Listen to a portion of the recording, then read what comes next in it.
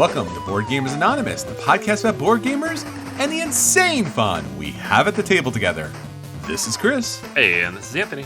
And this is episode 486, the 2024 Board Game Olympics, Paris edition. We'd like to thank all our Patreon and backers for helping us bring you a brand new episode. Hello, fellow Olympians. We are back.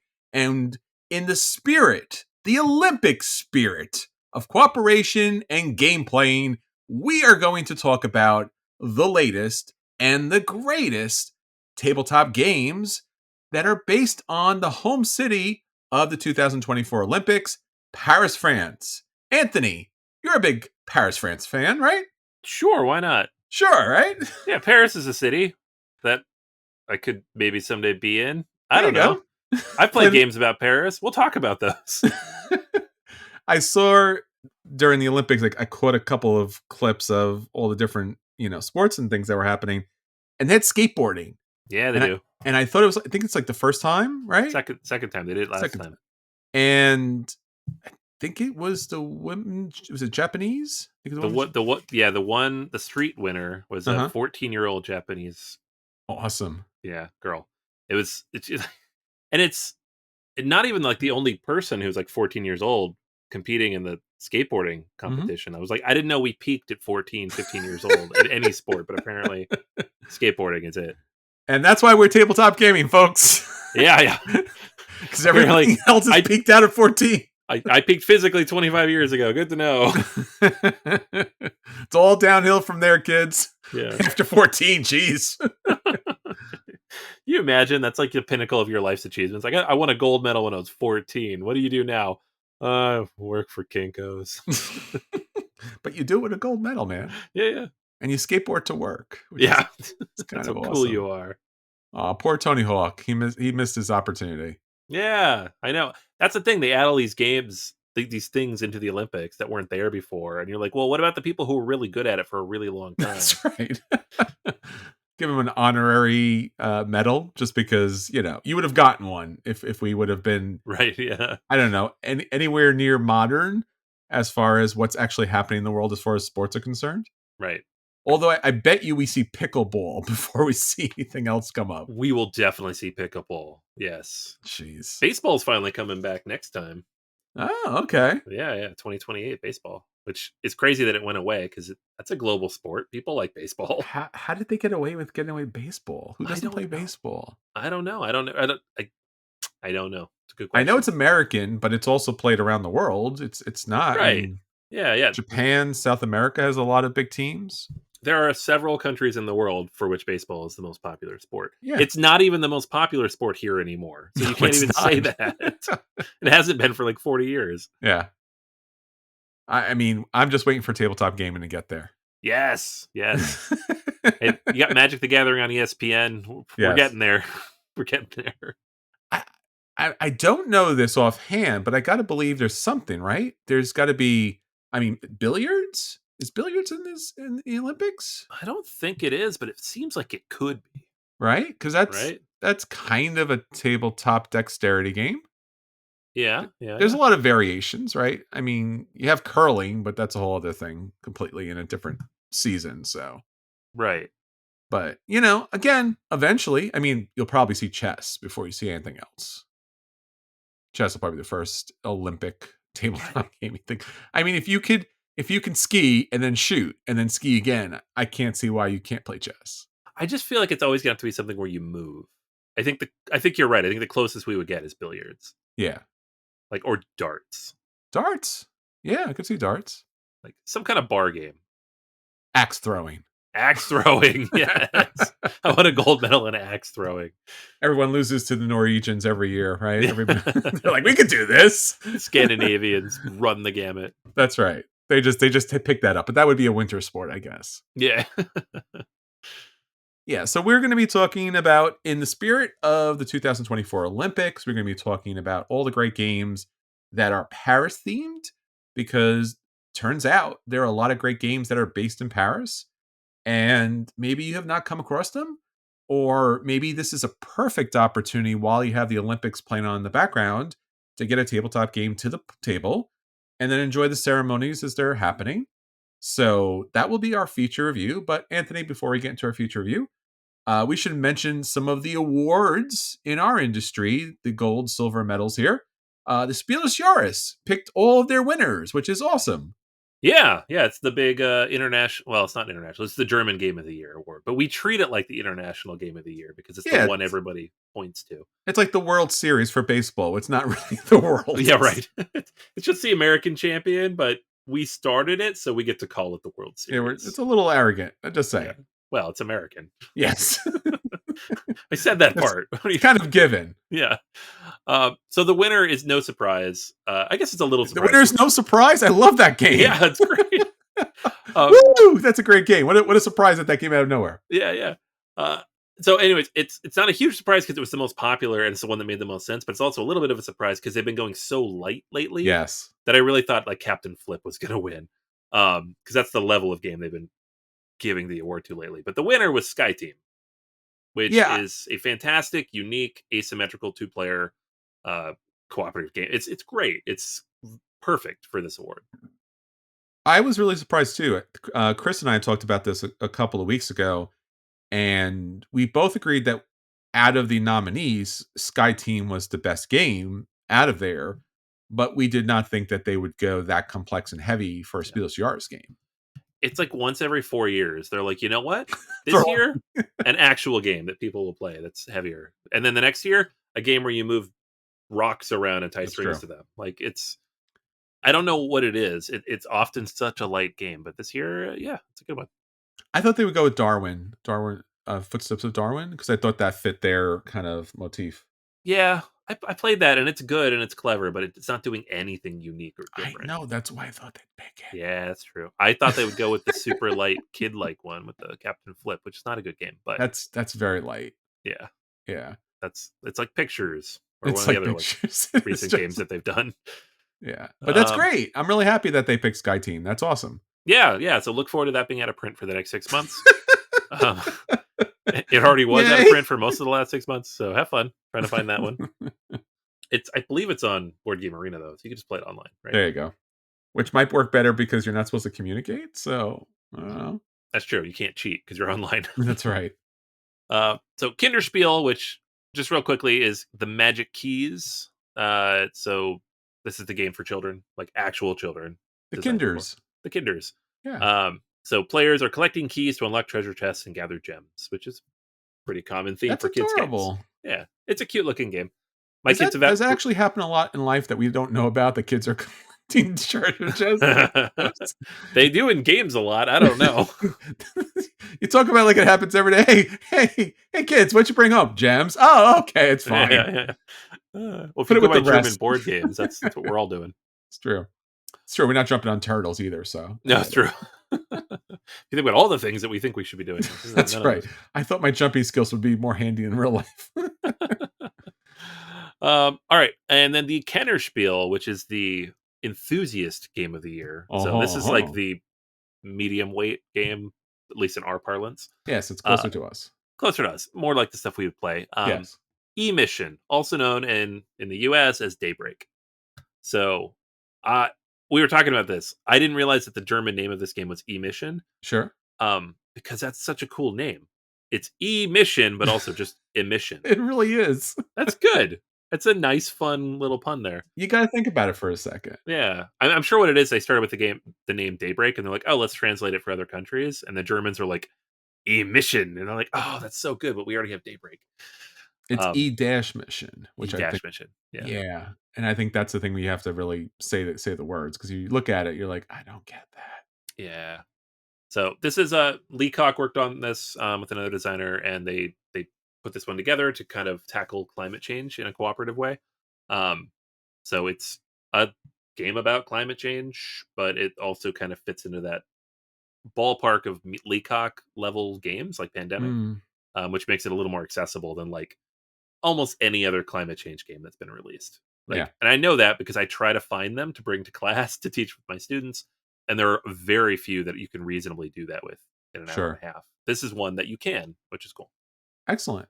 Yeah, no, I'm really excited about this. I mean, this was, I think, if I remember correctly, and you can check me because we have a podcast, that actually gets reported and put out there in the world, I think that was the game that Chris and I thought would win. I would have guessed that too. Yeah, if I'd been there. Yes. So yeah, no, congratulations to all the winners. A lot of great nominees as well. They probably will also sell out, which is great. Yep. I know Chris was really pushing hard for Taco Cat Goat Cheese Pizza Junior. Unfortunately, he did not realize that you kids pick up gems out in the real world. So Yeah. No, they don't care about tacos, cats, goats, or no, they cheese. do not. Pizza. So They're big on pizza. yeah, no, great job, great job. Germans know how to do games, man. So Yeah. bravo to them. And yeah, I'm really happy. Good job, Sky Team, man. And Yeah. E Mission, which is also still the cooler name than Daybreak. I'm Much just saying. cooler. Yeah, I Yeah. know. I have my copy that here. It just says Daybreak. I'm like, I might put Oh some. no, I might you need to cross get some that with tape. a Yep. yeah. Masking tape. Remember back in the day when like German games, real German games, Euro games would come out, and you would have to get like the slips of paper to put them in the sleeve so that you Yeah. could switch the German to English. So now we have to do the opposite way because that's cooler. Yeah. All right. Well, on our side of the pond, San Diego Comic-Con happened. And things happened during Woo! San Diego Comic-Con. A lot of things, in fact. A lot of announcements, a lot of spoilers. I think one of the biggest announcements slash spoilers, which was kind of sad and lame, but I guess happy for the people there, was they brought out all of the spoilers from Deadpool and Wolverine, and they showed the actual movie. We will not spoil any of it because we're not mean. Because that's mean, and we don't do it for the clicks. We do it for the people, bro. But you and I saw this movie, Anthony. So no spoilers. Don't worry about it because it's only been a couple of days, and you should have some time to see the movie if you want to see the movie. Yeah. Yeah. I'm sure if you care a lot, you've already seen it based on how much money this movie's made. But if you haven't, we're not going to spoil it. No, we don't do that thing. It's Deadpool. It's more Deadpool. Damn it, spoilers, man. Yeah, I know. Did you like Deadpool before? It's that with some other stuff. Yes. So it's I don't know. I wasn't super It's impressed. more Deadpool. It is more Deadpool. Little bit less story somehow. Somehow less story than previous Deadpools. But yeah, the Deadpool part, lots of it. Yeah, and the Wolverine part, actual Wolverine. That's true. Actual Wolverine. Yep, doing Hugh some actual Jackman's in the Wolverine movie. stuff. It's Yeah, good. no spoilers. That's out there and everywhere. Ryan Reynolds, Hugh Jackman. I liked it. They obviously had cameos, not surprising. And as Anthony mentioned, less story. So I wasn't expecting a great level of story, but it had less story, which was surprising that they could do that. But if you're there for, Deadpool, then I think you get it. Yeah. This is the movie for you because it's as Deadpool as a Deadpool movie could be Mhm. produced by Marvel, and they mentioned that several times. So, Yeah. If it's you're coming into this, you're like Deadpool's my favorite character. You're gonna love it. yes, Don't even worry. yeah, Deadpool's not my favorite character. I don't hate it. I'm just no, like no, whatever. So I was not particularly impressed with the film, but I didn't hate it either. It was just like this is fine. It's a thing I saw. I will never watch it again, but it was fine. again, I went out to see it earlier than I usually do see movies, just because I knew it'd be spoiled because I Yeah. knew there would be cameos in it. So I was like, if I don't see it now, I'm going to ruin any reason to see it, and then I'll just wait until video at that point. Yeah. So I'm glad that I'm glad that I was surprised by some of the cameos, which was fun, and the cameos in the movie and the characters and some of the deep cuts are the reason why you're there for the movie. Yeah. I got spoiled on a couple, but somehow I didn't see the panel thing, even though it Oh, was that's all good. over everything. I would have gone to see it either way because I have a teenage son, so he wanted to go. We were going to go. But I would say the best cameos I didn't get spoiled on, so I was happy Good. about that. There was like two. There's a few in there. I'm like, oh, that's really cool. I didn't know that was in this, and did not expect that. Yeah, if you want to avoid spoilers, do not watch this stuff from San Diego Comic Con because it does outright spoil the major Yeah, twists yeah. and stuff like that. They seem to find it very fun to do so, which Yeah. kind of fits the tone of everything. But at the same time, if you don't want to be spoiled, ignore it. Yeah, it's true. All right, a couple of other quick things. Rings of Power. They have their new sequel. The second season's coming out. Fan of the first season, Anthony? Never watched it. Oh, I okay. fell asleep during the first episode twice, Wow. and I figured that was the universe telling me that this was not for me. So, To be fair, you're not a big fan of Lord of the Rings, so yeah, no, except I am, and I don't know why this show is so boring, but um, I watched the whole season. It it's okay. yeah, I honestly I feel like I could get into it, and I probably will eventually, but it's I don't know what it is. Like the first 40 minutes or so, it was just like nothing's happened. It didn't grab me in the way that other fantasy media does. They're really just like leaning on like you love this world, right? So we're just gonna meander through it. Like okay, It's a whole season of setup for all the characters, right, and they kind of go out of their way to not do anything until the very end, hmm and the it's fine.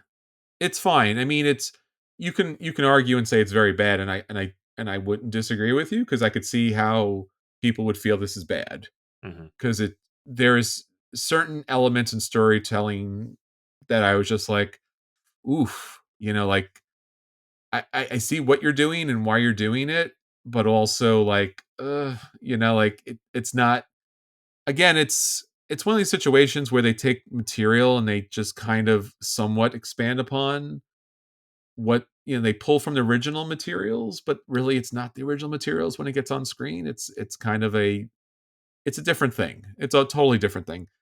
If you go in and if you go into just like, hey, this is, an alternate universe spin-off kind of thing, I think you could be okay with it. If you go into it and you're like, I love Lord of the Rings. This is Lord of the Rings, right? And I think you're going to get, beat up pretty bad with it. yeah. And honestly, I feel like it depends on how much you care about that world and how much you know about it. Like if you're like I've seen the original movies a couple times, that's a fun enough universe. You're fine, I imagine. If you've read literally anything else and you're like, well, that's not what that character does or when they Yeah, come there's a in or lot who of they that. are or who their Yeah. background like and like I, I don't honestly I almost never do that with any media. I don't care. I'm not precious about things, but for whatever reason this Ah, particular world, did you see what you did there? I know, I'm good. This particular world, I'm just like, well, why no, but don't do that. So, yeah, it's been hard to get myself to go back to it. Yeah, it almost feels like in a lot of ways they had some concepts and some storylines and some things that they wanted to do, and they kind of overlaid, Lord of the Rings over that. It doesn't feel like a story that organically came out of the Tolkien books. Right. So a lot of it's the trappings of Lord of the Rings, but like you said, a lot of the characters don't act as I would think, having been familiar with the books and the materials for so many decades at this point. Yeah. Supposedly they've listened because I think Amazon got just blasted by people And they spent so much money on it, that and they've incredible committed to amounts of money. so many years. They're like, "Well, we have to do better then. Yeah, We can't just keep doing the same thing and have it not work." and I think they ran into this one of those weird things where they weren't really either able to or didn't want to close down the comment section or the downvotes. Mm, So they took a real public hit from this too. right. So the second trailer that came the second season trailer that came out and the panel that they had seems like they are addressing some of those things.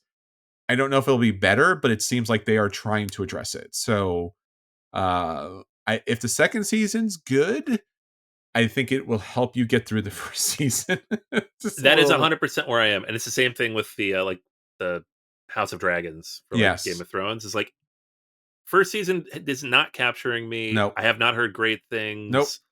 If the second season's good, I'll go back and watch the first Yeah. to get through it all, but there's no reason to commit to this if it's just gonna be a bad show. Yeah. Um, so Yeah. yeah, that's where I'm at with this one. Yeah. I've watched Hot D, House of the Dragon. The second season is one more episode left. No spoilers again because we're not doing spoilers, so don't worry about it. Uh, it's better, but it certainly feels exactly like they have a Wikipedia article with a couple of bullet points, and then the rest of the time they're just kind of walking in, like you can almost feel and see like the characters just pacing around waiting for the next bullet point to kind of pop up.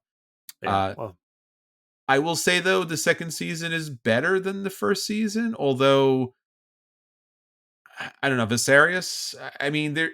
It's hard to say. I mean, I think the final episode will kind of show us if it does a thing. Yeah, I mean, it makes sense. They're taking a 300-page book that was basically a history lesson and turning that into a multi-season TV show. So Yeah, it feels like the later seasons, not the worst season, but it feels like the later seasons with Game of Thrones where they just didn't have writing to go along, like didn't have dialogue. right, There's not a lot of dialogue between the characters. There's a lot of like moments and conflicts, but there's not a lot of just like strategizing. And the season's not as long, so they're not doing a lot of like character development or getting the pacing together. It's like, how long has it been since you went there? I don't know. It's either been 3 weeks or 3 months or 3 years. I have no idea the timeline. yeah, So, um, season two's kind of better, but also season one had also had some unique aspects to it that I liked. So, I'm holding on because dragons. I mean, dragons be definitely cool. dragons. Also, the boys. They have their final season coming up next year, give or take production issues and such. I did watch the complete season that just passed. Some of the best actors in sci-fi, fantasy, superhero things are on that show. Again, since it's working off a comic book source material, the acting is very good. So if you're there for the actors, you will not be disappointed. But as far as story is concerned, it's a waiting pattern. Like next season, the final season is the season, and if you are familiar with the comic book whatsoever, you know what that season's about. So this season is just like, if you really love the characters, it's okay to go on with like a season of a journey of like someone's struggling, someone's changing, but nothing definitively happens in that season until the very, very last episode, Mm. which I liked. I really liked the last episode. I thought the last episode was, good because it actually did a thing. Mm-hmm. But the acting throughout's been very good. So, yeah. But they also announced there will be a prequel series. So Soldier Boy and I can't remember the other woman's name. The Stormfront, the Nazi. Stormfront, the Nazi. They're doing a prequel. So they're gonna go back to the forming of, you know, all of where all the superhero stuff comes from, and it's Nazi roots. So yeah, that's gonna be a thing. So you're gonna basically get the Supernatural brothers back. They'll both be on that prequel series. So That's funny. yeah. So again, if I think it's season 2 of The Boys, and you met Soldier Boy, so you'll have a sense of where that's going. So I've enjoyed The Boys, kind of. I mean, this season was more just like messy kind of stuff, but it's fine. Yeah, Legend of Vox Machina, season 3 is coming up. yeah. No, this is a show that I keep meaning to watch. It's on my list because Mm-hmm. I only heard good things, but at the Yeah, same time, I have so many things to watch. I don't know. sure. I've seen the Common first two. theme here. Yeah, I've seen the first 2 seasons and I really enjoyed them. There are definitely episodes and moments where the budget just doesn't do a thing. So there are certainly some episodes and seasons where you're just like, you guys ran out of money. Like it's like the the quality of the art just drops off a cliff Yeah, from time to time. So last season, cliffhanger kind of thing. And again, no spoilers. If you've watched the actual uh tabletop role playing game and how they play that out, you probably already know all this stuff. So again, no spoilers. But it leaves it off a really cool point. So really excited about season 3. It's been a long time, totally understand, but I'm really excited about it. Strange New Worlds gets to season 3, which again was iffy because Paramount has been going through, will they stay? Will they be purchased? Will they bankrupt themselves now at this point? right. But it seems Strange New Worlds will be coming back for season 3, which we might have mentioned previously. That's been out. That goes along coupled with Lower Decks. Season 5 will be its final season. Anthony, are you caught up with Lower Decks? I am indeed. I Okay. quite enjoy Lower Decks, even though I cannot remember most of the references. Um, it's always like watching that show is funny because it's like a vague sense of things. I'm like, I think I remember that. I think I know who that is. I think I have a sense of what's going on here. And then maybe I go back and watch the episode like from TNG or Deep Space Nine or Sure. whatever, and I'm like, oh yeah, I did watch that. But it's funny on its own merits. You don't have to know all those things, which is why Yeah. it's such a good show. It does the cameo stuff and the callbacks and the memorabilities in the best way possible of anything I've seen. Yeah. Like, bar none. Like, they seamlessly transition into it and out to it, and like you said, it doesn't affect your enjoyment of it. I really sincerely hope they bring Lower Decks back because I think it's been such a great series, and it could go on for 10, 20 seasons just because there's so much content, but also because they're really developing their characters. It's not just like, oh, I like Star Trek or I don't like Star Trek. Like, there's actually like some real cool character development in a cartoon series. So I mean, people should try it. I mean, it's the creator itself was from Rick and Morty, I believe. Mm, So, like the yeah. original team that made Rick and Morty so revolutionary. Yeah. On the Marvel front, the Russo brothers are back, and they are going to be directing Avengers movies. The two big upcoming ones, Secret Wars, which is a really fun classic. If they go the classic way, there's also other versions of it, and Doomsday. So Kang is out, and Doctor Doom is in, which is weird that they call it Doomsday because I think that's going to confuse people. Yeah, might. I wonder if they're just like, "Ha, we took the name, James Gunn, you are not using that. That's right. Not in the name of any of your movies." So it's good that the Russo brothers are back. They did the best, probably the best movies that were out there in the Marvel universe. Obviously, Infinity War and Endgame, and I guess the Marvel's like we've been bleeding. Let's bring back all of the people who did the good things and gave us all the money, which means Robert Downey Jr.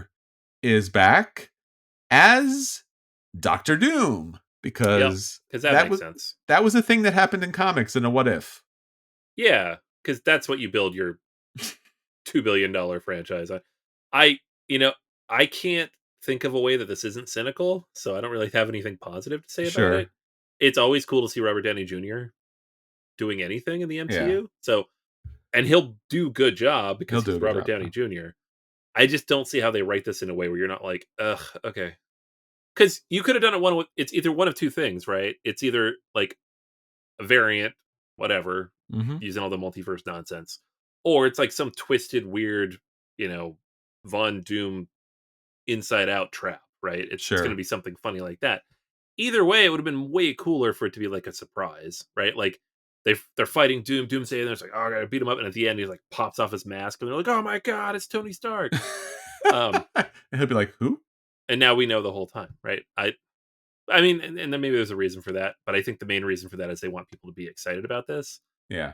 and nobody's been excited about anything in the MCU now for a little while, Yeah. so um, it feels cheap. It doesn't mean it will be. It might be awesome. It just feels cheap. Like you said, I think they must have been panicking for quite some time, and they were like, Yeah, "How much money do we need to throw at the Russo brothers and Robert Downey Jr. to come back?"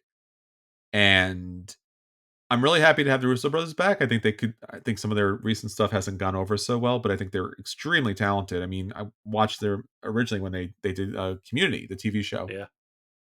I I love Robert Downey Jr., but I don't think he should have came back. No, I think I don't like you said, I don't think there's a way that they can write this that it doesn't undercut his death as Iron Man.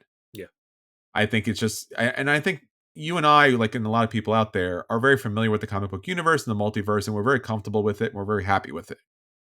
I think for the general fan out there who just watches the movies from time to time, I think it's going to be like, "Oh, so he really didn't die. Oh, I guess he did. He's a variant, but also I don't believe that." yeah. And But I like, even as a comic book reader, that stuff always drives me a little crazy. sure. Because like, as a writer, like you want things to have stakes Yeah. and for there to be a reason for something. And when you're reading a comic book, you know that there are never stakes Yeah. because no one is ever actually dead. And that's fine. You like lean into that. It's part of the suspension of disbelief. But it always rubbed me a little bit the wrong way. in a movie where like the time frame is compressed, it's only a couple hours, it's deeply frustrating. So like even with the background in comics, I'm just like, I just don't like this multiverse stuff because it removes the stakes from character deaths and interactions and um I mean, you know, everyone you like to see the actors you like to see, and it's cool to see them in a different sure. light. I I mean, for two reasons. I think one, because I think it doesn't allow. I think at this point, I don't know. I think it doesn't allow you to grow Marvel, right? I mean, if you're going to bring back the same actors again and again and again to do roles in movies that they've played previously, again, cool, I guess, because that's marketing, right? It's easier to sell something that's already been sold and people like. It's a known product, Right. but I don't think it lets you build for the future because how many movies is Robert Downey Jr. really going to do as Doctor Doom? Doctor Doom is a mainstay in the Marvel Two. universe. Yeah. Is he going to do this until he's 90? Like, because that's really Doctor Doom's role. He's one of the big bads in the Marvel universe, and like he is instrumental in a lot of the major events that happen throughout, the Marvel, especially Secret Wars. Yeah, and he's not like one of the big bads who like gets defeated and goes away. No, He's like Doctor Doom. He his finds a way whole to be around. his whole shtick is he's got robot versions of himself. Right. So the idea, you could kill him off, he comes back, and you kind of did that with Kang. Yeah. So I think it's already going to have a bad taste in people's mouth. The other thing too is I'm really disappointed, and Marvel's done this throughout. This is not a new thing, but Doctor Doom, Victor Von Doom is Eastern European, right? And he's a Romani, and they're not tapping into the ethnic roots that plays such a big part into the character. Mm, It's just another generic American guy playing, somebody in a culture that's not been truly represented. And I think that adds to the character. I mean, that's the value of the character. That's what makes Victor so interesting because he doesn't come from an American ideal. right. And the country supports him. His country supports him. So uh I don't know. I it's kind of what they did with Scarlet Witch, where they try to kind of go along with the fact that she does come from a particular ethnic class, and they just wipe that away completely by the end. Yeah, yeah. Two You're movies later, the accent is gone. and they're just like, and they're like, and then later on they're like, she watched TV shows, so that's okay. And you're like, all right, I guess. Maximoff, where's that from? I don't know, Burbank. It's fine. That's right. Exactly. So a lot of big news. Surprisingly, a lot of big news out there. A lot of great stuff coming up. And hopefully you all get a chance to see it. And hopefully we do get a chance to see it because I think it'd be good. Anthony, you should watch these things. Last one, I guess I forgot one, and I think probably the most important one for you. Fantastic Four. First steps. Yeah, I'm excited about this one a lot, actually. And I know there's been 3 Fantastic Four movies. I know none of them are very good. I do have a soft spot for that first one. Um, but I I think you could absolutely make an amazing film, television, anything with the first family, right? They're good characters, it's good Yeah. relationships, it's good world to build in. Just nobody's done it well yet, right? Eh, Um, and the cast is amazing. They're going for like a period piece, yes. so more multiverse nonsense, but Yep. it is at least they're doing it back in time. I think that's a cool way to do it. Like, Yeah. let's go back to the 60s, and that's just a cool aesthetic. So you get to like hopefully some like Kirby like Yeah. inspired Kirby, artwork man. and That's a deep world. cut. Yeah, so like I think it could be extremely cool. It could also be just more like, you know, baiting people with cameos and future whatever nonsense and it not be very interesting. But hopefully they lean into it and make it weird. Make it weird, make it interesting, make it complete, and not like half the movie is just setting up for the next 2, 3 movies, which I know is what they're gonna do, but hopefully not. Um, and that'll be good. But so cautiously optimistic on this one. I think it's the best way to go because I think they're really set in that kind of, I don't know, is it the 1960s aesthetic? Hmm. Like you said, but futuristic. The Fantastic Cars is seems to be in this. Hmm. So retro futuristic kind of version. I think that would be a really fun aesthetic to kind of play in. And I think they'll make the movie look really cool. So I'm excited. I'm excited about that. I think it'd be nice to have a different tone because the recent, Marvel Disney Plus series have been so grim and so just I mean, Secret Invasion and other stuff has just it's not been fun to look at or enjoy in any kind of way. Right. Like we're Yeah. gritty. It's like, are you really? Like even the new Captain America movie that's coming out, I'm just like, I don't know if I want to watch this. It doesn't. It's just not fascinating, and it looks slick and polished and interesting. And I love the idea of Indiana Jones as the Red Hulk. That's so cool. I But know. also, it's just, just give me something fun and lighthearted and like solid core of family relationship. And I think that's what we'll get. I understand that they boil things down to the MCU model because it sells for them, and Yeah. they get very scared when you do different things. But I think the different things is what people love about comics to begin with. That everyone has a slightly different off-center take Right. on their particular superhero world, and it's all those different takes that really provide a rainbow of enjoyment. And then when you bring them all together, you could straighten out, flatten the edges, so to speak. uh so you got to lean into it. I guess that's the point. Lean into that kind of stuff. Right. So I mean, they did with Deadpool, right? Again, I know it's not necessarily Marvel, but you got to It do is that. now. It is now. Yeah.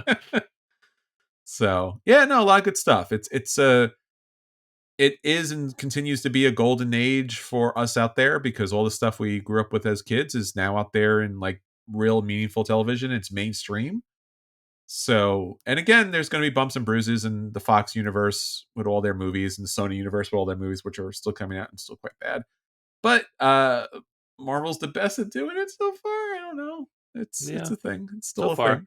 next year's going to be weird because we have Fantastic Four going up against Superman, and Superman's going to be interesting. they're both kind of kicking off stuff because Marvel right now is in a holding pattern. So Fantastic Four is going to kick off that. I'm glad they're doing a Superman when he's not evil because that's like everything I'm seeing like the last Yeah. couple of years. Give us happy, hopeful Superman. Jeez, you forgot what Superman was like. Yeah. So, He's all the right. one guy. He's the one guy who's always in a good mood. Come He's the on. Boy Scout. He's like Yeah. the whole idea of Superman. The greatness of Superman is not his strength, but it's his compassion for Earth and Yeah. for the home he grew up on. Like I don't. They keep missing that fundamental concept of Superman. Like he's like Jesus. I'm like, no, it's never been Superman. No. Never been that. He's a Midwest small town boy trying to do good by the world, won't give up to help and take care of and save people. Like that's how he contrasts, but it's also the same as Batman in a way. It's a different take. Yeah. And instead, you're trying to give him like evil, dark, twisted, make I don't know. It's just not Yeah. good. Nope. No, not a fan. So, all right, we'll see how it plays out. We'll talk more about it in the future. But Anthony, let's get on to stuff we want to talk about. Let's talk about our acquisition disorders. All right. So I am going to talk about a sequel game that was recently posted on GameFound called Epos. It is Epos a Gentis game, and the reason it's a Gentis game is because it's basically the sequel to Gentis. Mm, So Gentis is who knows if I'm saying that right? Because every time I say it, I'm I like, know. I have that same it thing. doesn't sound right. Um, but who knows? It's Latin. I think it's right. So it's designed by Stefan Riesthaus, who has done a handful of games. Most of them are good. Arkwright is like his other big one, and uh, it's one of those fantastically deep, heavy Euro games that you don't expect Gentis to be so accessible, and it is. So it's like a ancient civilization game, and the reason why the game was always so interesting is it has this like timing mechanism where time is a resource that you have to utilize because you're building up the civilization over time. It's relatively abstracted, but it is one of my favorite Civ games. It works really well in a lot of interesting ways. Um, Now, fast forward to what we have on GameFound today is Epos, and this is the unofficial spiritual sequel to Gentis. It's coming from Spielworks, who also originally published Gentis before it got picked up by Tasty Minstrel before they went out of business. And so this one is it started, I guess, as a bunch of different expansions that Reist House have been working on for Gentis, and just kind of developed into its own game. This, according to the owner um, of the company. And so when you look at the game on the table, there's a lot more going on. There's like a full map now, something that didn't really have in Gentis. You have your own personal player mats with slightly less abstract representations of these civilizations. You have the more robust technology and everything else that's involved. So there's a lot more going on here. And the really interesting thing, maybe because sometimes it's interesting, sometimes it's not, is that there are different scenarios that you can play through. So there's kingdoms, tributes, infrastructure, expeditions, trade, progress, turbulent times, and new era. It's like different versions of a Civ game that have kind of been built out here, and then you can combine any four of those to build a campaign, like a multi-game campaign, um, which kind of creates the replayability element, but also just like a lot of different ways to kind of put these things together. It's something Gentis didn't necessarily have because it was really just like a streamlined single direct thing. I still don't know if I want to back this or not. I do have Gentis. I have the deluxe edition that I found an inexpensive copy of like last year, and so I really like that game. I think it's really condensed and streamlined in a way that a lot of other Civ games are not. It's one of the reasons I like it. So taking that and blowing it up into a bigger, longer game, I'm like, I don't know if I want that. But the things that are being blown up here, I think are interesting, right? So, we have cities and provinces now, so like more of a map element. Movement is important now. City effects, card mechanics, like things that are a little bit more in line with other Civ games and the genre as a whole. Like it's definitely not a 4X game now, but it has some of those elements kind of sprinkled in. They're still claiming it's like 90 minutes, which is still great. Because my biggest fear if you're taking Gentis and making it longer is suddenly that it's a 3-hour game, and I don't want that. So I don't know. I have it bookmarked. It is up on GameFound for another 2 weeks. There's a lot of glowing feedback from other game designers on here saying that they love it. Fabio Lopiano and several others. O'Day. So I will waffle on this for a little bit more. It has not made a ton of money, but the Spielworks games tend not to. For whatever reason, they don't get a lot of backers. So this is kind of in that same vein. But they always fund and they always ship. The most recent one I backed through them was the Uwe Rosenberg game that's escaping my mind at the moment, but the two-player canal building one.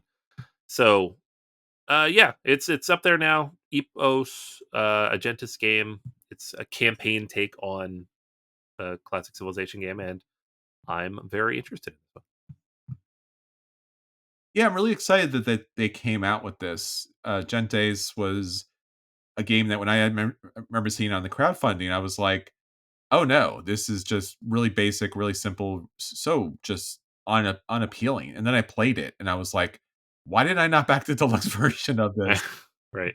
And I picked up a regular copy, but I've been searching for the deluxe version of it. But I really like so many of the different elements, especially the time element, because I don't understand why that is not incorporated more into Civilization games. I think Seven Wonders has the three different ages of cards, but so smart. And as you mentioned, this might be a little bit more of a challenge just because the size and scope of the game, but I generally like that idea. Because again, I like the general concept of it, and if it's a spiritual successor or a variant from the Marvel Cinematic Universe, Hmm. I'm down for it. Because now I'm looking at it, I'm just like, again, I'm getting that feeling, I'm getting that vibe. I'm just like, this kind of looks kind of boring, but that's gonna be really fun to play. Damn it! Yeah, yeah. Well, that's the hard thing too about Spielworks games. Always look boring. They're Sure. never pretty, and then they turn out to be very good and then someone else picks them up and makes them prettier. And you're like, oh, okay, that's a good game now. The thing is, it's $107. Yeah, Spielworks games are always very expensive because of their such small print runs. They famously, before crowdfunding, would only print 1,000 copies of a game, and Wow. then they would be very expensive, be like $100 or more, back when games didn't cost that much. And Now it's basically the same thing. Like they get 600-700 backers, they make 1,000 copies, and they're still $100. That's crazy. Yeah. And it seems like you could pick up Weimar here and there. Yeah, that's another one too. Like they have copies of Weimar. I don't know if they're reprinting it or if they just have them, but Weimar is hard to find. Yeah. So it's still expensive. It's 120 euros, but I'm tempted because Yeah. it's a game I'd like to play. Absolutely. Same here. Love play both of these. Really, it's a shame that they don't get out there more. They don't produce more copies of their games. I know. Someone else. The thing is if it does well, someone else will probably pick it up. It always happens eventually. Like Granha was a Spielworks game. Gentis was a Spielworks game. Trying to think of a couple others, but there's been a bunch, and then they get picked up by other publishers, and they get much bigger, broader versions later. Cheaper? Yes, usually. Okay. Unless it's super deluxe. Like get La Granja in the big box, it's more money, but Sure. Like you said, the Rosenberg game, the starts with an O, the Canal game. Oranienburger Canal. Yep, there you go. Thank you. Gotcha. Yeah, that's being re-skinned, I think, in a different format. Yeah. And that one wasn't too terribly expensive because it was not too much in the box. It was like $50 or $60. But Sure. It's still ugly. It's still an ugly game, but it's just very good. Why are you so ugly? Yeah. That's my charm. Okay. Yeah, I guess. You do you, brother. It's fine. All right. Well, on the opposite end of ugly and complex, Rise of Babel. This is on Kickstarter. Become the builders of the greatest tower known to man. Build your deck of cards and use elephants to transport resources and place tiles. This is on Kickstarter. You have until Thursday, August 8th to back it. So by the time you hear this, you'll have a couple of days to check it out. So what initially intrigued me is I'm a fan of multi-use cards, and a good deck builder is always a friend of mine. And I love myself a good civilization, city building kind of game. So, and also the artwork looks great too. So I was like very much intrigued into this game. So basically, what you're doing is you're drawing your typical 5 cards because that's how deck builders work. Thank you, Dominion. And then you get to play all 5 cards from your hand. And depending on the card, there are different actions that you could take, a top action or a bottom action. And basically, what you're doing is you are upgrading your warehouse, so this way you can hold more materials, and then utilizing your elephants and your people to move those materials from your camp to the tower. Now, the tower and I'll talk about this because this is really the kind of kicker for the whole game. The tower is just, at least in the base game, just a flat in the board, and you're trying to get your materials onto this 3x3 square. And depending on what type of materials that you're able to place and where those materials are, you take a look at the scoring on the right side, and you will score points or lose points based upon how those materials are out there arranged. Now, everyone's placing their materials out there as well, so there's opportunities to score off other people or help other people throughout, which you don't want to do because it's a competitive game. And primarily that's it. It's a very light deck builder. You're able to obviously put more cards in your hand to give yourself more, diversity of different actions. And as you build each section, a new board comes on top of it where you'll be able to build more complexity. Now, remember, the story here is all about the loss of language. And there is some confusion tokens that come onto the board, which makes things more difficult in getting your resources out there and meeting your certain capacities. If you'd like to play this, it's on Tabletop Simulator. So there you go. There's free plays to play it. The Kickstarter has a lot of previews, and I mean a lot of previews from a lot of different people. The production looks very nice. It's pretty basic as far as a board game goes, but looks nice and colorful graphic design. The artwork looks great. Here's the kicker. If you want to back the game, go for it. $49. $10 off MSRP. Now, what they really want you to get and buy, because again, it's all about the tower. And if you're going to play this game, you want to have the tower actually be a tower. And that means plastic. So Building up 3 stages of the tower here is going to cost you in the big box $175. Gross. So you're going to get plastic pieces that go along with this, which are not going, they're going to be squares based on your player color with pictures of the different items there. And there's going to be little elephants with their little trailers that you're going to put the materials on. So yeah, they're saying the retail price for the plastic version is $215. So, and there's expansions that go along with this as well if you want to make the game Of more course. complex. Yes. Yeah. So, again, appreciate the concept, like the look, good deck building game, good resource generator, engine builder situation going on here. Fairly reasonable base price for $49. But again, I don't know if you want to, raise this tower if you want to do it on a very flat board with very flat pieces on top of it. But again, it's a very light game as far as actions and techniques and things that you do. So I don't know or don't necessarily think at this moment, not having played the game, that it is not worth the 175, which is kind of sad. So Rise of Babel, say something or don't, or I don't know. just put the game out there, and if people like it, then be like, now do you want the stupid expensive version? Yeah. Like, I get it. I'm sure there's plenty of people who are gonna back it at the higher level right off the bat, and give all the monies away when they've never played the game and don't know anything about it. But it's why are we doing this? So here's the weird thing, right? So they had a goal of 35,000. They're already past that, like 36 and change. And the base pledge, 67 people have backed, right? Because those are the people who I like the general concept and mechanics here. I want to back this. There's also a backing level with the expansion. 67 people have backed that, and then there's a more flushed out with all the expansions and stuff here. 81 people backed it. Anthony, the 175 deluxe version, right? How many people do you think backed it based on the numbers that I just told you? At least half. So 333. Ugh, jeez. See, this is okay. It's your fine. money. Do what you want with it, folks. I don't know. I'm just kind of annoyed that people do this and they don't invite me over to play. Just I know. Yeah. If you're gonna back the silly, big, gigantic plastic version of a game, you should at least invite us over to play the game. That's all I'm saying.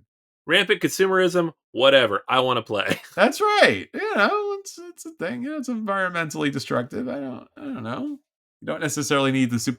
Look, I'm a man who's got super deluxe editions of games that do not deserve super deluxe editions. That's true. Yeah. So let's not be too hypocritical here. No, I was just you again. You look at the Kickstarter. You're like, this looks very cool. The deluxe version, because I think that's the moment where you're kind of like hit. It's, will the deluxe version make a very simplistic game better? Like, will it add more to the game? And typically that answer is no. I mean, it just really is. But sometimes if you like it that much, you purposely buy the upgraded edition because to justify it, but it typically doesn't. I don't know. It's kind of sad. Just try figure out how much you're going to be manipulating the pieces that are deluxeified. That's really the way I kind of go with it. Right. We talked about this with Luthier, which was like $200 and something. So I might back that more than before I back this, but it's expensive out there, kids. All right, so that's all the games that we want to hit the table. Let's talk about the games that did get to the table, and we'll let you know if those games are a buy, and you should go out and purchase those games because they're awesome, plastic or not. We'll let you know if those games are a play, and you should sit down and enjoy them, plastic or not. We'll let you know if those games are a dodge, and you should avoid them, plastic or not. Or if, in fact, those games, the dreaded burn, and don't burn plastic. It's very bad for the environment. Definitely recycle it, my friends. Anthony, what did you play this week? All right. So I got a chance to get Dune War for Arrakis to the table finally. Ooh, Spice Must Flow, man. Yeah, Spice Must Flow, and it's been sitting on the shelf not flowing since January, February, whenever this game came in. Yeah. So it's a big sprawling CMON production, which should be no surprise. That's what they do. But what really got my attention, the reason I picked it up, is that it is designed by the two designers behind War of the Ring. Marco Maggi and Francesco Nepotetto. So I knew we were going to get a big, epic, 2-player asymmetrical war game set in the world of Dune, and that is exactly what this is. But and it has a lot of things in common with War of the Ring, right? The Hobbits? you'd think, right? I But know. I Yeah. kept looking. I mean, I guess they're hiding really They're well. small. You would They're in the not know. sand. You They're would think they were just children. yeah. Yeah. There's under the sieges. It's fine. Uh-huh. Uh-huh. Um, so the main thing here, and so there's a lot of things to break down. I'm not going to go through all the rules, but like the main thing that was very familiar, structurally from War of the Ring is you have two factions that are asymmetrical. One is very militarily powerful and has unlimited troops. That's the Whoa. Harkonnens, right? Like their guys die, they go back to the pool, they come back on the board. The other side is hiding and sneaking around a little bit more with a lot more leaders and potential things you could throw on the board, and those troops are limited. That's the Atreides. They're not as powerful. They have fewer actions. So if you remember War of the Ring, the Fellowship has just the 4 dice at the start of the game, and the Shadow has 8, and this is the same, right? You have double the number of potential actions at the start of the game. That changes as the game goes on, but interestingly, unlike War of the Ring, you can't increase the number of actions that you have as the Mm. Atreides. You just have the 4, but there's a few other things thrown in there that are interesting. So it's not boring, but it's just you have to be more economical and efficient in how you do stuff. The other thing that's similar to War of the Ring is you have the 2 decks of cards representing 2 potential factions. So like the Atreides has the Atreides cards and the Fremen cards, and the Harkonnens have the Harkonnen cards and the Corsili or Sardaukar cards. Um, and so you draw those, one of each per round, but then you could use them for different things, and those are actions that you can take. Um, Another thing that's very similar is just the way that the actions work. Like each die has multiple action faces on it. You roll them at the beginning of the round, you lay them out, and those are the actions you can take. Um, there's a wild for the treaties, similar to the Free Peoples, and you can also spend those dice to play your action cards. So if you know War of the Ring, the very basic core functionality here is very similar, right? It was pretty easy to kind of wrap my head around because I knew those core pieces. Now the rest of the game does feel like it doesn't feel like they took War of the Ring and just slapped it on a Dune IP. It's built around this really well. So um you have the map, which is broken down into 3 different types of terrain. I guess 4. You have the desert, of course. You have the plateaus. You have the mountains surrounding the cities, and then there's like the kind of protected desert part in the side.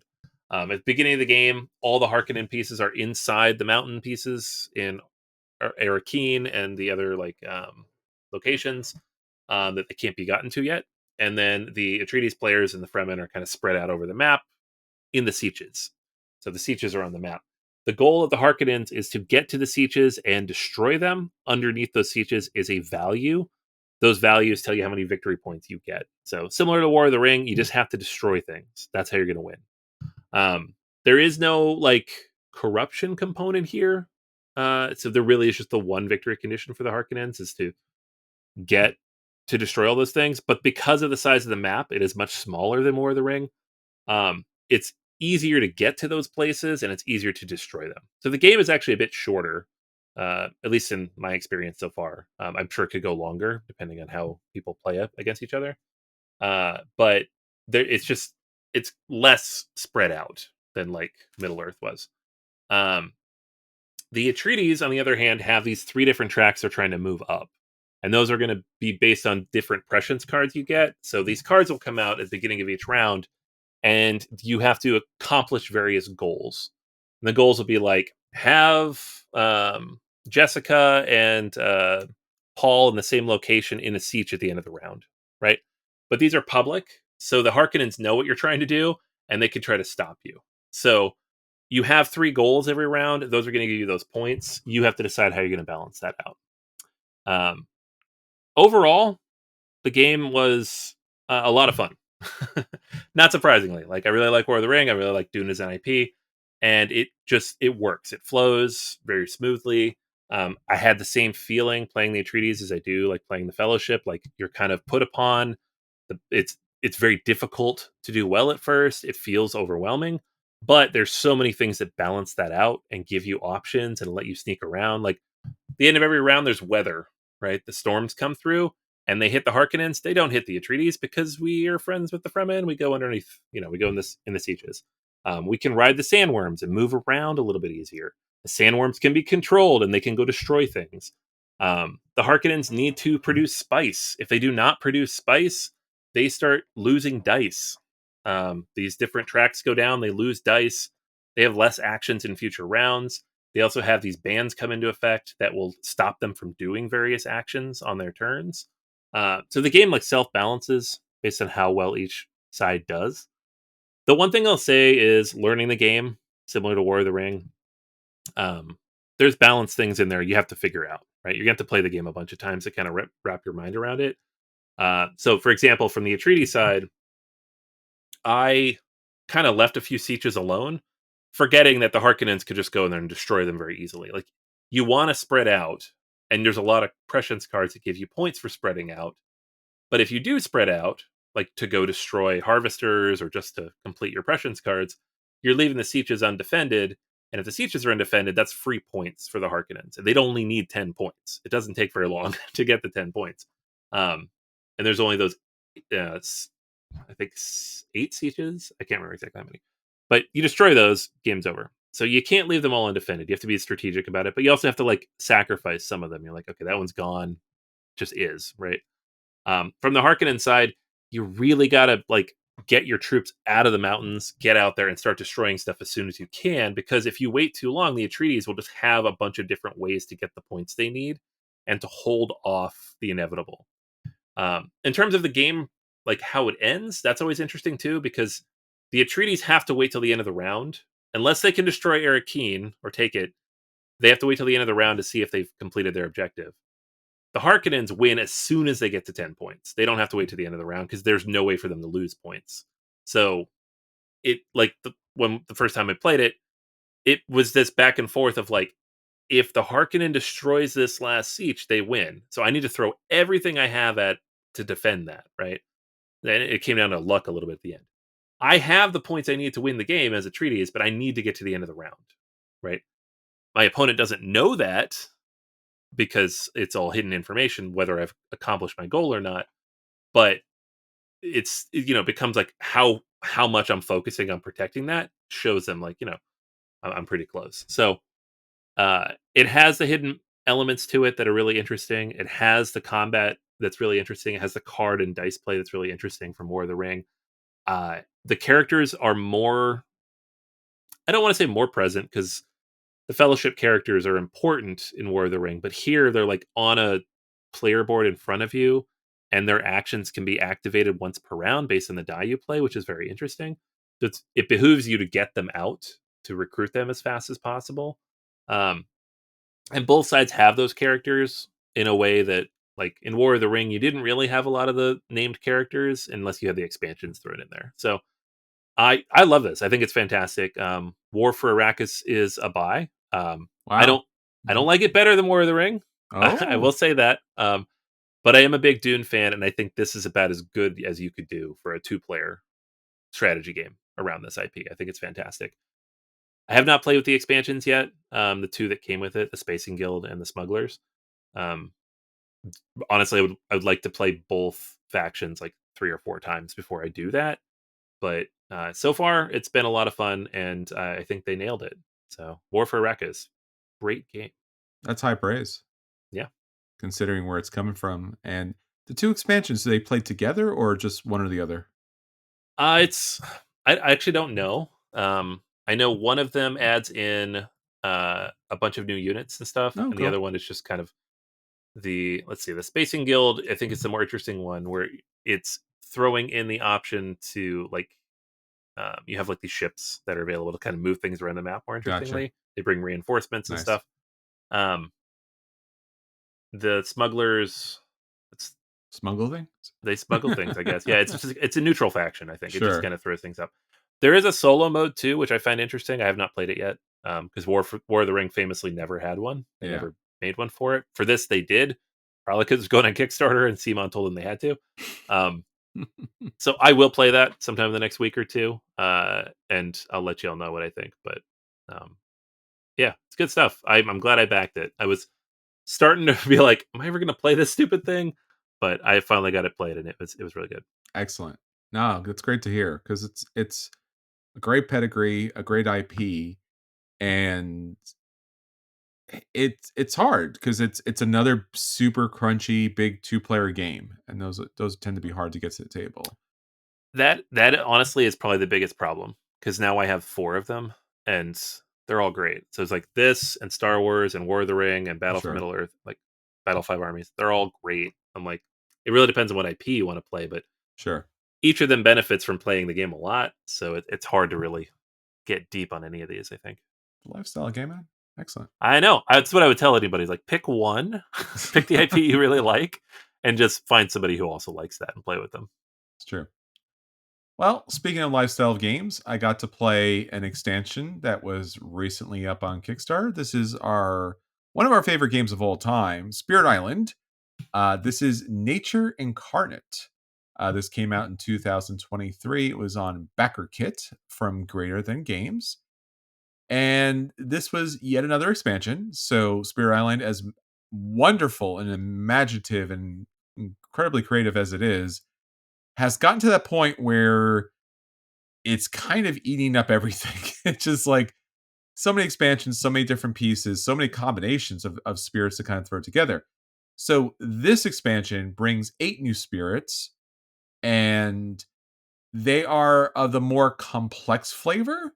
So you may remember there was a recent Spirit Island that was in the big box stores and Target, which with the lighter, simple spirits, which was like +1 defense or +1 attack. This is the grandai. This is the complex of the complex versions of spirits. It's not beyond anyone's capability or capacity to kind of play, but it is certainly you should certainly know that going into it. This is definitely the more challenging side. There's a new additional adversary. There's more major and minor cards, event cards, blight, fear cards. Uh, in particular, what you probably want to pay attention to here is again, and the reason why you're backing this, of course, or playing this is because it has those 8 new factions. It also has a new feature to it, the Incarna.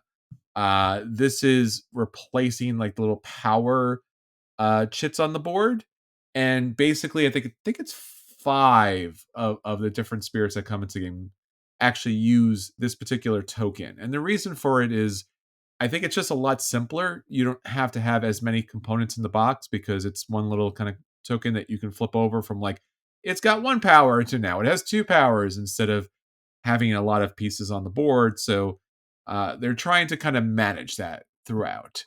So it's kind of smart as far as that's concerned, especially if you're at that point where you have so many additional pieces from some of the other expansions that you might bring into play. What you're really here for is the spirits. So there is Ember Island. I'm sorry, Ember Eyed Behemoth, this giant mountainsides turtle that comes into play. Of course, as you would figure, it is slow as far as the powers are concerned, but its powers are very offensive. So once it gets going, it does a lot of damage to the invaders, but it does certainly take some time to get out there. So the Incarnate, you place those tokens on the board, and then you're able to do real damage, but you're also doing damage to the natives as well. So you have to be very careful about that. Next up is Vigil. This is obviously a spirit that is supporting and protecting the native inhabitants, the Han, in the game. So if you do have those villages out there on the map, it's a really good opportunity to defend as much as possible and provide as much support utility in the game. Next up is Breath of Darkness, Down Your Spine. So this is one of the fun spirits that I like to play with a lot because it creates a lot of fear. So you get a lot of those event cards coming out there.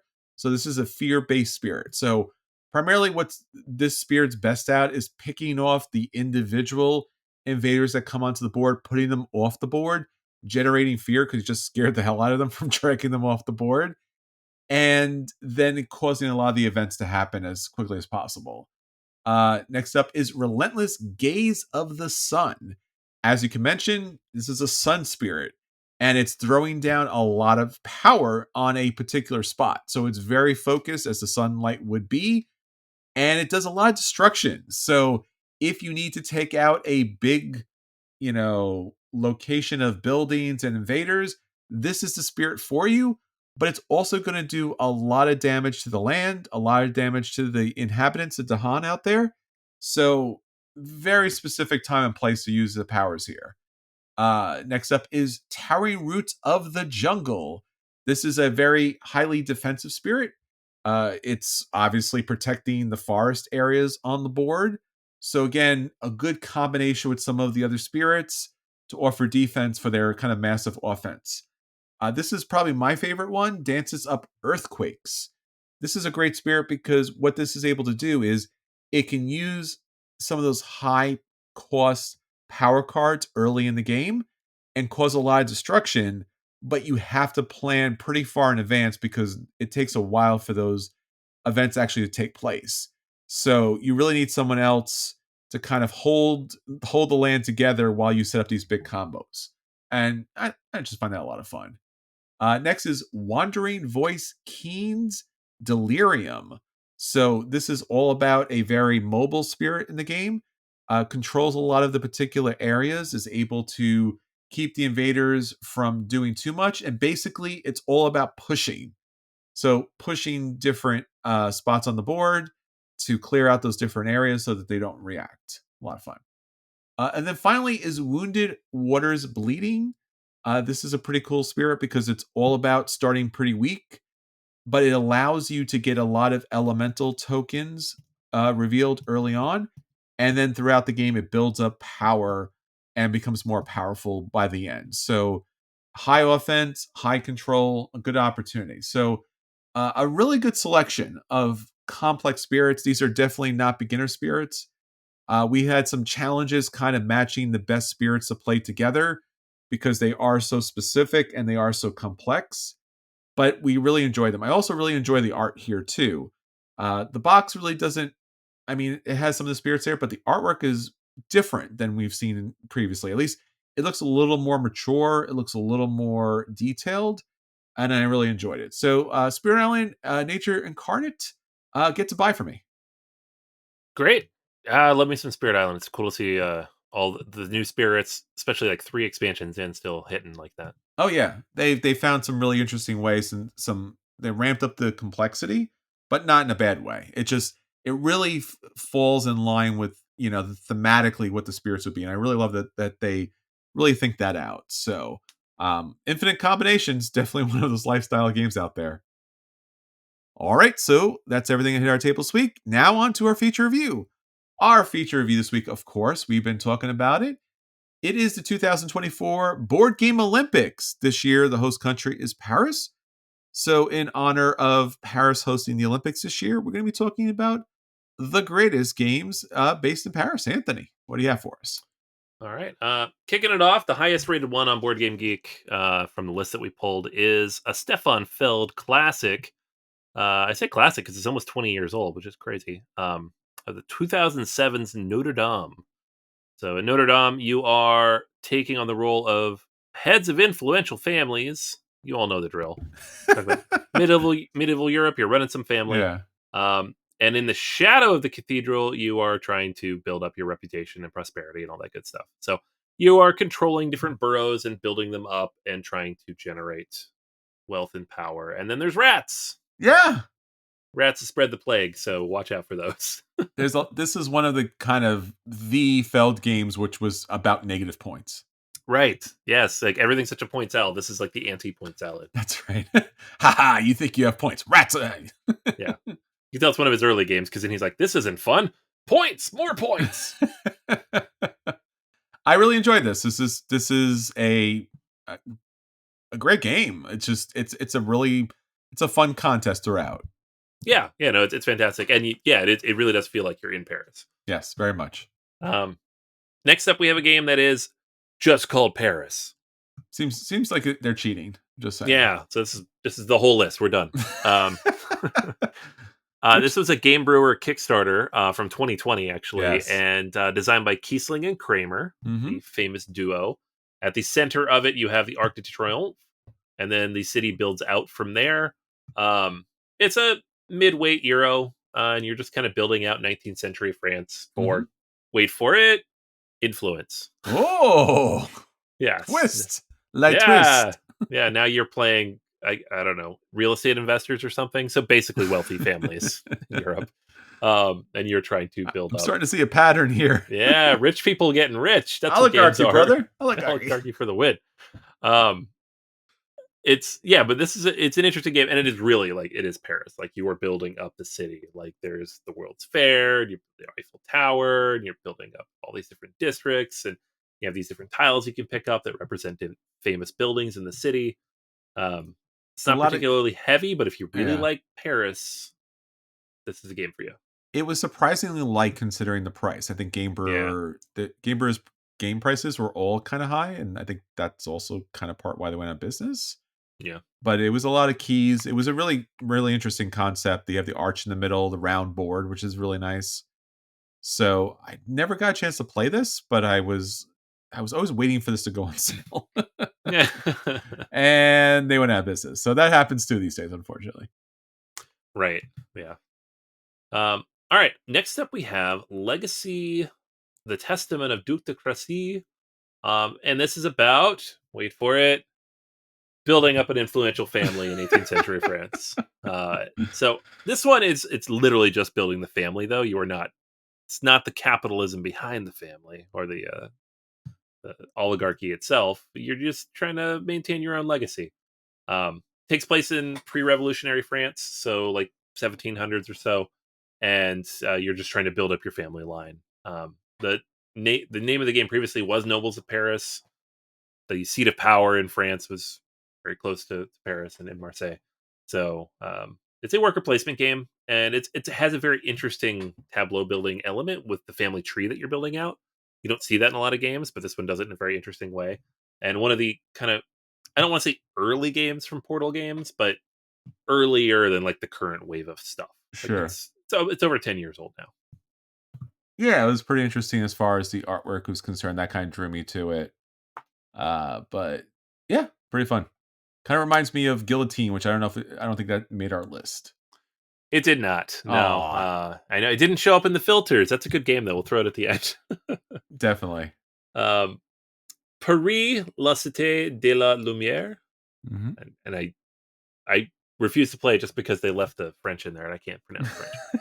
Um, it's a two-player game with polyominoes. Whoa. Games for you, Chris. Uh, Hard pass. yeah. No, it's set during the World's Fair when they are showing off electricity and its public use for the first time. So it's about the illumination of Paris. You are building things up and spreading these different buildings to illuminate the city. So it's got a cool art aesthetic, except Hmm. once you open it up and start playing it, it is just polyominoes. So Who knew that electricity flows through polyominoes? But now I know. you do. Yeah, maybe that's why you don't like them. You got zapped one too many times. I know. Turns out. All right. You want some French Revolution games? We I got it. do. Bastille All right. from 2018. This is from Queen Games, Christophe Baer. And you are fueling the French Revolution. You are the leader of a revolutionary group, and you are trying to, wait for it, gain influence. Would it be a rich family? No, because you're part of the revolution. Ah, okay. You're rounding up the rich people and sending Well, them to the guillotine. it has a lot to do with a rich family. That's the point. Yeah. So it's a bidding game. It's an auction and bidding game, and you are bidding on different buildings around the city and trying to build up your. You need money, influence. You need leaders. You need weapons. All that good stuff. You're trying to get all the things you need to have a successful revolution. So and it's like, yes, we're trying to have a revolution, but also we want to be the best faction in the revolution, so that we come out on top. So there's also the political machinations that go with Mm. that. So, French Revolution, always fun. Yes, People losing their heads and stuff. which was actually part of the Olympic opening ceremony. If you saw. Yeah, I mean they still celebrate Bastille Day every year, so they're like down with the monarchy forever. Yeah. Um, Colors of Paris. This seems like a game more up your alley. Yes. Painting and stuff. So in this game, you are a painter in Paris, and you are participating in the Bateau Lavoir, a competition that is held every year in Paris. So you, some of the famous winners of this being Cezanne, Monet, Renoir. It's a management game in which you're taking the different paints that you have and managing them and trying to build, I guess, the resources that you need in the right format to make the best painting. Um, it's contract completion, essentially. You have these different painting contracts. You're trying to complete them with the different cubes that you can develop. Uh, it's cute looking. You get little painter meeples. Very French looking painter meeples. Yeah. I played this. I'm not sure if I played the Colors of Paris or the Old Masters versions. Okay. I played a version of this. I did play this. It's good. Good looking. Great. Yeah, I have not played this, but it looks cool. Yeah. Another one in Paris. We have Dinner in Paris. Ooh. So you are trying to be the best restaurant owner in Paris. So there's a new pedestrian square, and you are trying to capture and bring the most people to you to generate, I don't know, influence, something like that. It's not particularly complex or anything. It's a pretty light game, but it has some contract completion, and it's not polyominoes per se. There's like these little cubes you can put out, but they look like polyominoes. Yeah, there you go. Yeah, it's the go-to, man. If you don't know what to do, it's Tetris. Sounds good. All right, these last three, and not forgetting Guillotine, of course. Of which course. is a wonderful card game about chopping off their heads. The last three are about the Paris Metro. So we have On the Underground, Paris and New York. We're specifically talking about the Paris map. And this is a route building game where you are building up the Paris Metro lines.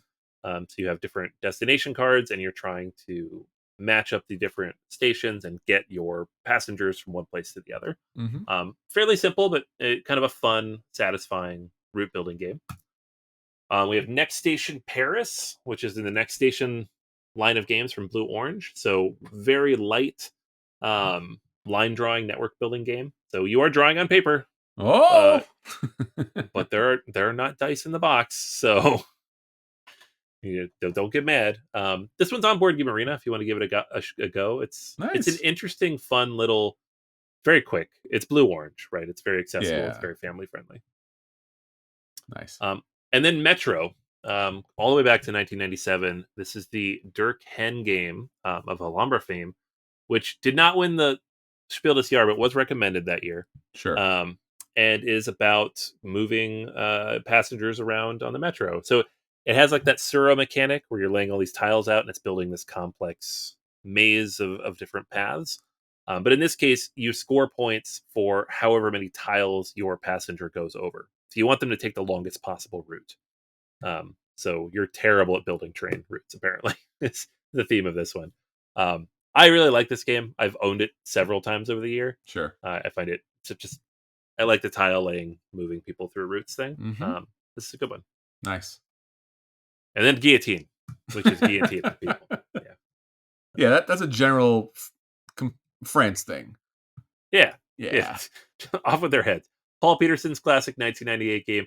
You line up people in a row. There is an actual cardboard guillotine in the box, and you're trying to manipulate the row of people and who's going to be guillotined when. So it's humorous. It's comical somehow. Yeah. If you're all about eating the rich, it's a good game. Yeah, you could play Rococo, which is not specifically Paris, but it's France. Yep. And then you can play Guillotine. Before and after. That's right. Look at all those fancy people. I know how to take care of this. Those fancy people aren't sharing their breakfast. That's right. Their fancy clothes and their fancy parties and leaving the poor people eat cake, I guess. So, all right. Well, there you go. A great list of Paris-inspired games. We hope that you enjoy this list. We hope you enjoy the Olympics. Get some of these games to the table while you're watching the festivities and all the different games and trials that are happening out.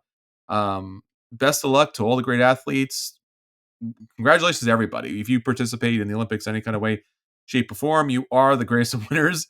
Until tabletop gaming gets in there, then we'll play along with you, and you'll be very sad when you look at how we're not in shape in comparison to all of the rest of you. But again, who is? No one is, because you guys are the best. So, That's true. Yeah, absolutely. So until next time, this is Chris. Hey, this is Anthony. And we'll save you all. I see you at the table. Take care, everyone.